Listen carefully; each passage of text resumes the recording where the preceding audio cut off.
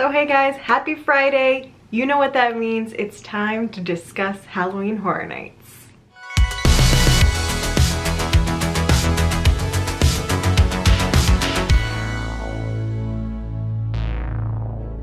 So as promised, today I am here to discuss Legendary Truth, the Collective. Before we dive into the history of Legendary Truth at Halloween Horror Nights, I do want to discuss the fact that we got some potentially good news from Universal this past week, and that is that they are planning to reopen on June 5th with some soft openings before that. But if they're reopening the parks, that could bode well for Halloween Horror Nights as long as things go smoothly, as long as we don't have a second wave. This could mean good things for Halloween Horror Nights. There's still a ton of information left up in the air as far as how Halloween Horror Nights would work with social distancing guidelines and masks, and how an event like Horror Nights could operate with distancing crowds, because if you've been before, you know the lines are all very close together. It's a lot of people crammed together. So there's still a lot of questions out there, but if they're reopening the parks, that means they're probably already thinking of game plans for Halloween Horror Nights, and fingers crossed this all goes well and that by the fall that we could actually see Halloween Horror Nights back again in some capacity. So with that out of the way, let's discuss Legendary Truth. If this is the first video you're seeing of mine,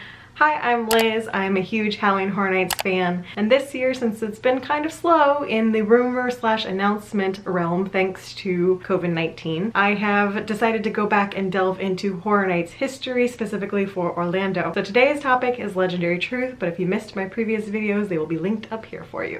So on the most recent rumors map that we have, and the rumor mill has kind of gone dormant in the midst of all of this, the last one we received had Legendary Truth as a potential house. So what exactly is Legendary Truth? So Legendary Truth, as part of the lore of Halloween Horror Nights, first appeared in the 2008 event, which was themed around Dr. Mary Agana and her backstory, aka Bloody Mary. In my previous video, I talked about 2005 and how elaborate that backstory was with the Terror Queen, but 2008 topped that. It was the most elaborate backstory and website to date. It still has never been surpassed. We probably won't ever see anything like it again, but it was amazing, especially as a fan. So slowly over the course of the months leading up to the event, we learned about Dr. Mary Agana and her various patients and their fears. In the lore, Legendary Truth was established by private investigator Boris Schuster as an organization that it would eventually study evil and paranormal events. But it started all because Boris Schuster was looking for a missing person who happened to be a patient of Dr. Mary Agana. So I'm not going to dive into the whole history of Mary Agana and her patients in this video. We're just going to focus on Legendary Truth. But in the story, Boris realizes it's not just one patient who has gone missing, but 7 patients, which just happens to correspond with the 7 houses that they had that year. But 7 patients have gone missing. So he decides to investigate Dr. Mary Agana, and he schedules a fake appointment to meet her. So he goes to her office, he has a meeting with her, and we're not quite sure what happens, but during this meeting, Dr. Mary Agana disappears, never to be seen or heard from again, aka she has fully transitioned into being Bloody Mary at this point, and Boris is charged with the murder of Dr. Mary Agana because they can't find her. Eventually they realize Boris didn't do it, and as a result, Boris creates Legendary Truth, the Collective, to investigate this whole mystery. So what is the Collective? We have Legendary Truth, but what is the Collective? So this is where the fans came in. The Collective were a branch of Legendary Truth who were brought in to help the investigation. So although it was originally created to investigate Bloody Mary, the investigations have continued as the years went on with new cases. During 2008 specifically, it became an interactive game you could play online as well as in park, although I believe the in-park experience was only the final nights of the event. Again, 2008 is the year that I could not go, and my greatest source for older Horror Nights information is Ron, and he was still working the event that year, so he didn't get to go to the 2008 events because he was still scare acting. But I do know people who went, and on the final night of the event, they had a big meetup, there was an investigation, there were clues throughout the park. It was basically a scavenger hunt, and I know that at least part of it was a Legendary Truth boat ride on the Jaws ride, because Jaws was still there, led by Captain Lazy Bastard, who is aka Rick Spencer, who is part of the A&D team. There's a whole bunch of story and lore that I'm not going to go into in here because it could get way too complicated for the purpose of this video, but just know A&D didn't stop with just Bloody Mary. For the fans, they kept going. It also finished with refreshments and cookies, which became a running joke that you will see farther along the line in the history as I continue to talk about Legendary Truth. So if you were one of the lucky people who got to attend in 2008 and participate in Legendary Truth, please leave me a comment down below and share your story because I would love to hear personal accounts from this. Zombie Chris is the only one I can think of that possibly was there and also watches my videos. He might have been working the event back then. So then in 2010, we saw the return of Legendary Truth as part of the build-up for 2010's event. So a lot of this was actually done through Facebook. I remember they had Facebook pages for the various higher-ups of Legendary Truth, and there was a lot of drama going on in the leadership of Legendary Truth. We, the fans, the collective, were given pictures and clues from previous year's events to investigate. We eventually realized it was a puzzle. We put the puzzle together, and unknowingly, we released Fear, the icon for the year, from his lantern and let him rain terror upon Halloween Horror Nights. So they used us to bring Fear back into power. In 2010, we also saw Legendary Truth, the Wyandot estate. So Legendary Truth got a house, and in that house, as I discussed in my previous Cary, Ohio video, there was a haunted house in Cary, Ohio. Members of Legendary Truth came to investigate it and see if they could find paranormal activity. So we had another dead year in 2011, not a peep from Legendary Truth. 2012, we saw the introduction of Horror Unearthed, which was an in-park game that was super fun as a fan, but didn't have much Legendary Truth tie-in. We did have Legions of Horror that you joined, so I was a Morphin. Comment down below and let me know what Legion you were if you were around Horror Nights in that time period. I still have my Horror Unearthed RFID badge here, so I was a Morphin. So let me know what you were if you remember. So then 2013 rolled around and it was time for more Legendary Truth. They didn't wait till the event to start the lore. In May 2013 at Halloween Extreme in Orlando, A&D came and did a presentation on Halloween Horror Nights and included a little snippet about Legendary Truth. So I will actually link my video because I was there in attendance. So at this event we also saw Dr. Thorncastle, who was the director of Legendary Truth. All you need to know is that Dr. Thorncastle is going to be the face of Legendary Truth for the next few years. So in his speech he hinted to some of that backstory and politics of what's happening behind the scenes, but he also hints at a game. This was exciting because we'd had the Horror Unearthed game the year before. So sure enough, when fall 2013 rolled around, we had a new game focused around Legendary Truth, investigating the Legions of Horror from the previous year. We got new RFID badges. So I was a CFO, which means you're in the park. It's an in-park game member, collective field operative. And then on the back you can see it says Legions of Horror. It's got the Legendary Truth logo and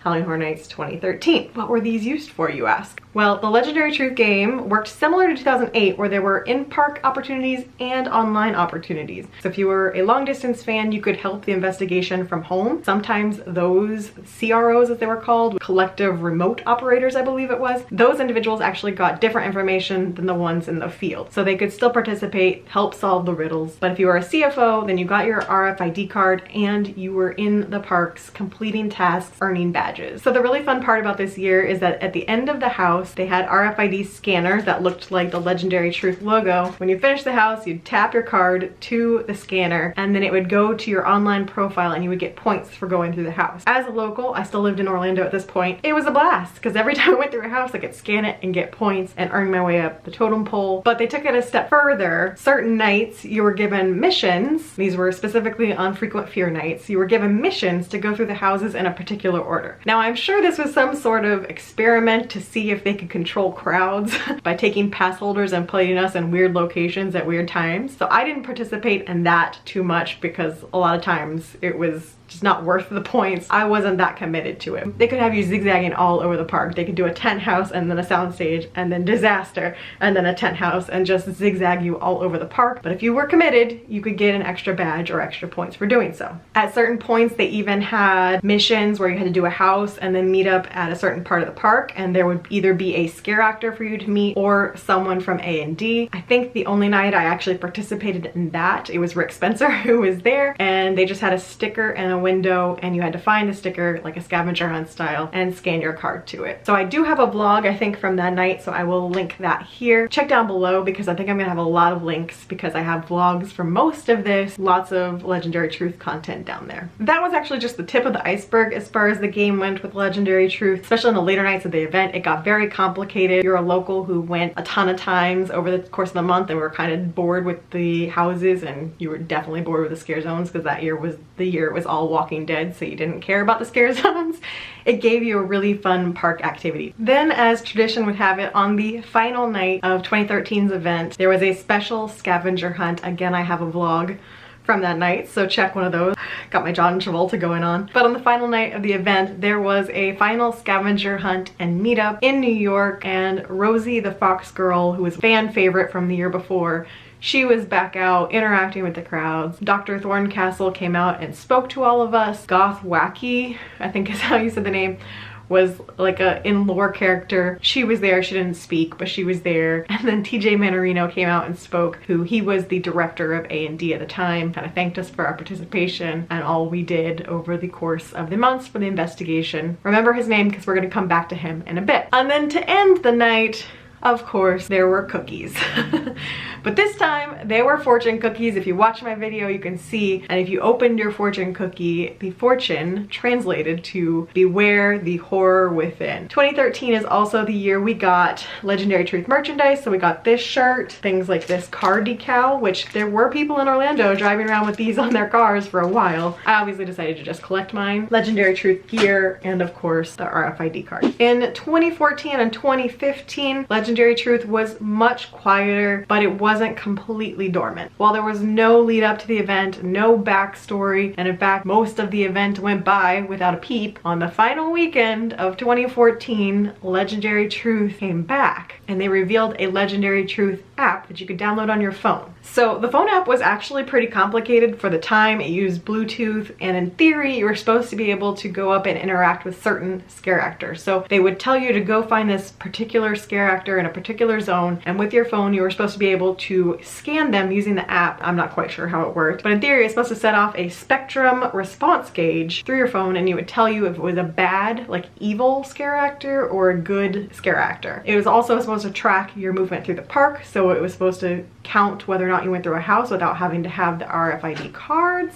We were clearly being used as guinea pigs just to see if this technology worked. Personally, mine did not work, which you'll see in the vlog. Tried the first night, no luck. So I spent hours updating my phone just because my phone was being stupid. Got to the park, nada. So I was very sad because I knew you had to complete these tasks in order to get a reward, and I'd heard the reward was amazing. So as you'll see in the vlog, if you watch the vlog I posted, I was very disappointed. As luck would have it, a friend of a friend had actually completed the task, but the appointment window to return I think was at like 11:50 p.m. and she had already been planning to go home way before that. So she gave me her pass to go to the experience. I'm so glad she did because this is one of my favorite memories of Halloween Horror Nights ever. So in order to earn your ticket into this experience, you had to locate 6 touchstones throughout the park that represented each one of the legions from Horror Unearthed in 2012. And then once you did that, you received a master seal. And once you received that, then you could turn it in for a return time. This was a very exclusive experience with not very many spots. But when you came into the room, you were divided into groups of 4. And as luck would have it, I happened to be in the room while Inside the Magic was filming. And this is back in the day when Inside the Magic was still run by Ricky. So Ricky was there in the room with us. You have a very sharp eye. You can see me for about a split second in the very back corner in the left part of the room with Ron and Maddie, Carrie and Jared, our friends, who were sitting there waiting to hear what we're about to do. So basically we came into a room. There were about 12 of us at a time just getting onboarding. We watched a video from Dr. Thorncastle, which you can see highlights of this from Ricky's video because he was actually allowed to film. The rest of us were not, but they gave him permission. And as you can see from the date he uploaded it, it was much later. Heard from Dr. Thorncastle. We heard group from TJ again. TJ Manarino was there to instruct us. And then we were taken in groups of 4. We had to give up our cell phones and all technology into the experience we went. We had no idea what we were getting ourselves into when we walked in there. You were sworn to secrecy when you went in because we were testing new technology. For the record, I was terrified.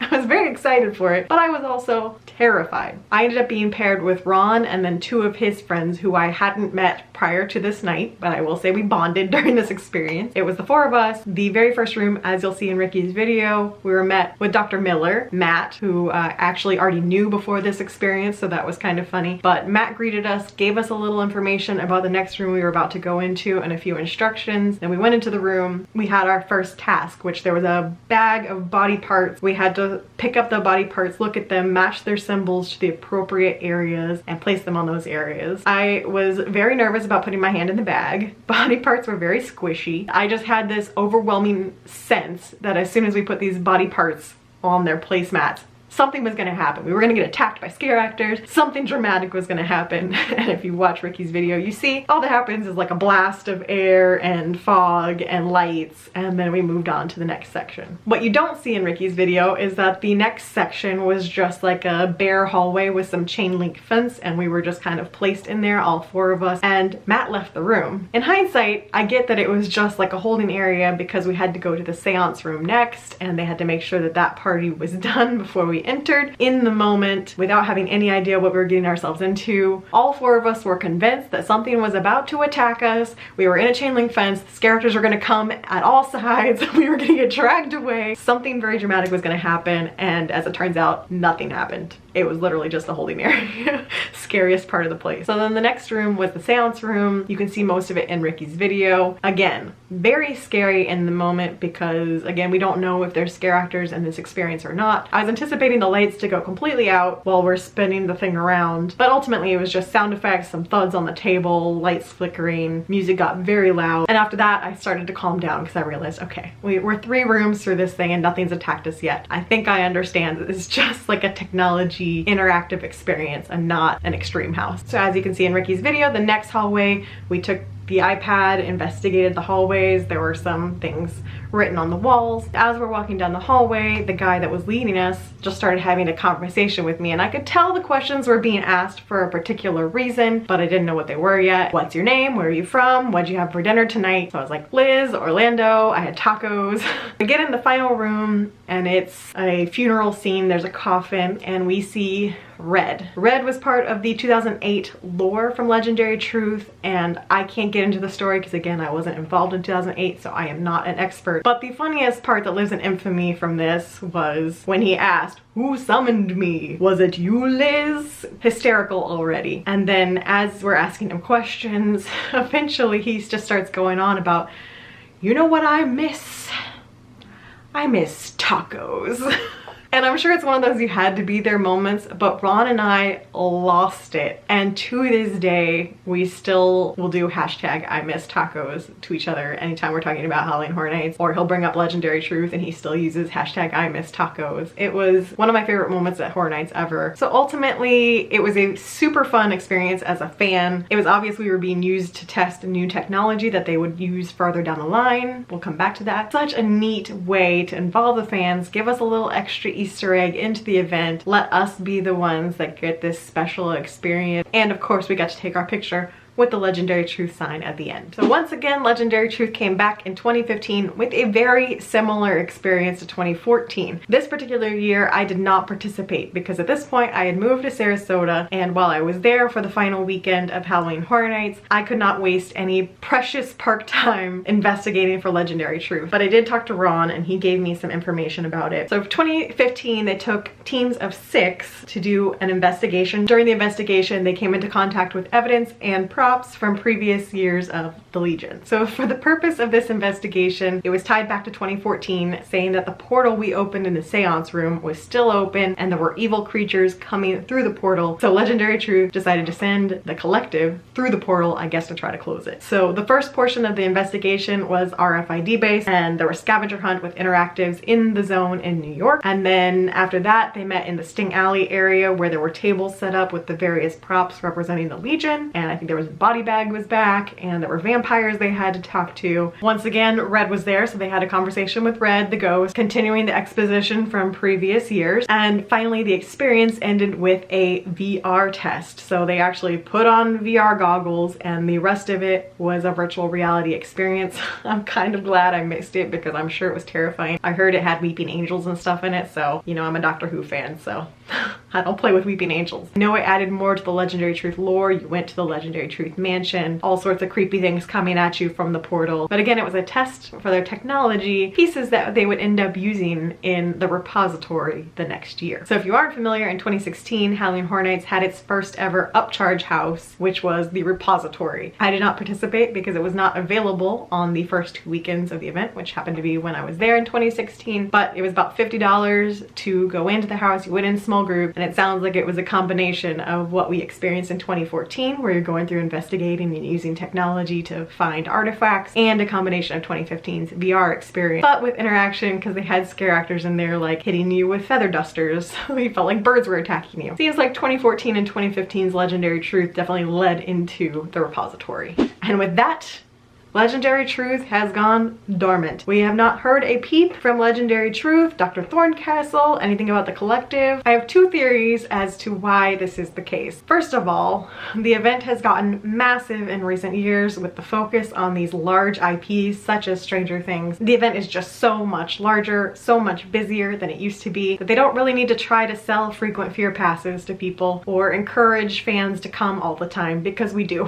We already do that. It's already so packed in the parks that they're not really encouraging fans to be there as much as Legendary Truth encouraged us to be there to participate. Second of all, TJ Manorino, who I've mentioned a couple times now, in 2016 he was promoted to the vice president of art and design, which meant that his day-to-day involvement with Halloween Horror Nights, I'm sure, has been scaled way back. It's no mystery that Legendary Truth was his baby. He was at every one of these events. He was in the park interacting with fans. He and Rick Spencer were definitely a big driving force between having this available to fans, and with his absence, we have also seen an absence of Legendary Truth. Sad, because we absolutely loved the interaction with art and design. We loved that connection, that they understood us as fans and appreciated us as fans, created all of this for us. It was a special golden time in Halloween Horror Nights for fans. I hope that someday it returns, but probably not anytime soon. But I am looking forward to a Legendary Truth house if it is in fact coming to Halloween Horror Nights 30.